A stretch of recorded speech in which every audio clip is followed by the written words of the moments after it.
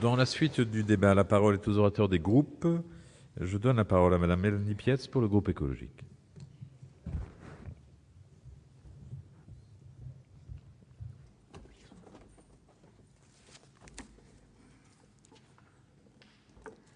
Madame la ministre, Monsieur le Président, Monsieur le rapporteur, mes chers collègues, après 6 mois de commission, 72 auditions, un voyage, une visite au salon du bien-être un petit peu épuisante, je suis désolée de constater que je reste sur ma faim.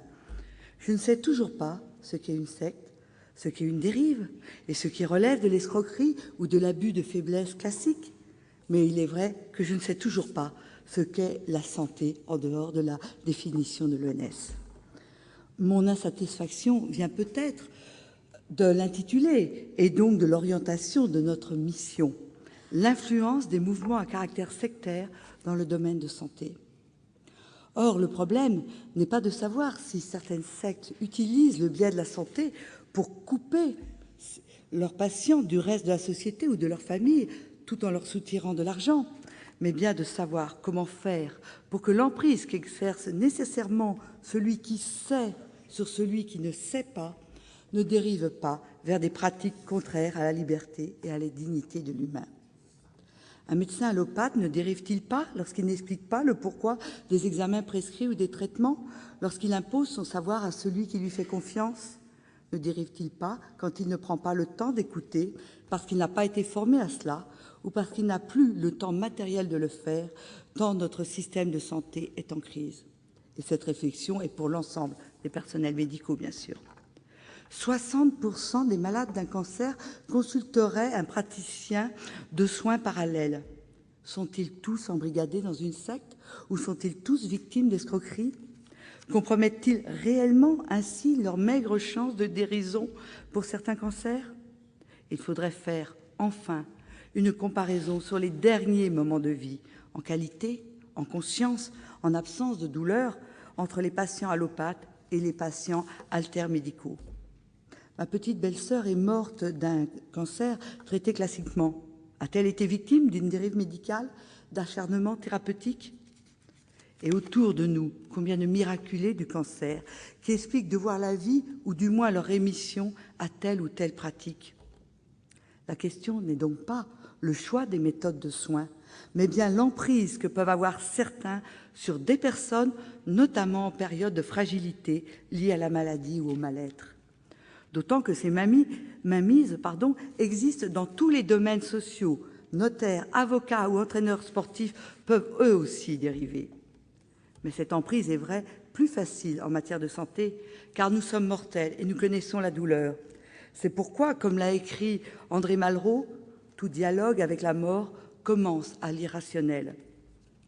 La liberté, notre condition humaine, exige donc que nous ayons le choix de notre chemin vers la mort. On a le droit de refuser pour soi des pratiques médicales et de préférer les bains de siège lorsque seule notre santé est en jeu. Mais aujourd'hui, la société est-elle prête à accepter ce libre choix dans le pays de Pasteur ou de Marie Curie?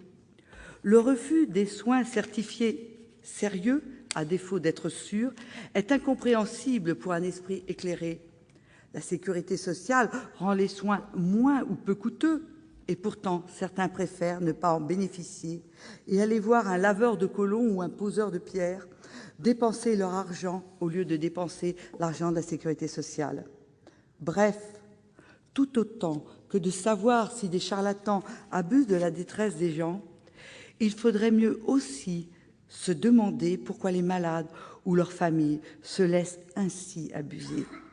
Qu'est-ce qui, dans notre société, comme d'ailleurs dans celle d'hier, fait que certains n'ont pas, à un moment de leur vie, assez d'esprit critique et se laissent abuser? Autre interrogation sans réponse. Y a-t-il des thérapies non officielles qui, pourtant, font du bien? Et si oui, comment les détecter et surtout comment les labelliser, permettant ainsi aux citoyens et citoyennes de les utiliser tout en connaissant leurs limites, comme on connaît les limites de certains médicaments allopathiques? Or, les rares tentatives d'évaluer les pratiques non conventionnelles sont immédiatement considérées comme visant à faire entrer le loup dans la bergerie, alors même que certaines de ces pratiques sont regardées moins défavorablement dans d'autres pays. Bref, plus qu'une chasse aux sorcières, le groupe écologiste plaide pour une démarche pragmatique. Nul ne devrait pouvoir prétendre qu'une méthode ou un appareil allopathique, naturopathique ou autre est utile en matière de santé s'il n'a pas fait l'objet d'une évaluation encadrée, fait l'objet d'un suivi effectif ou d'un enseignement connu, à défaut d'être reconnu par l'État. Il nous paraît aussi qu'en l'absence de définition légale de la secte, au contraire de nos voisins belges ou luxembourgeois, et donc de l'absence de délit spécifique, il faut appliquer les lois sur les escroqueries ou l'abus frauduleux de faiblesse d'autrui avec une véritable politique de prévention et de détection. Et pourquoi pas instituer la peine accessoire de retrait du titre universitaire qui a permis le délit.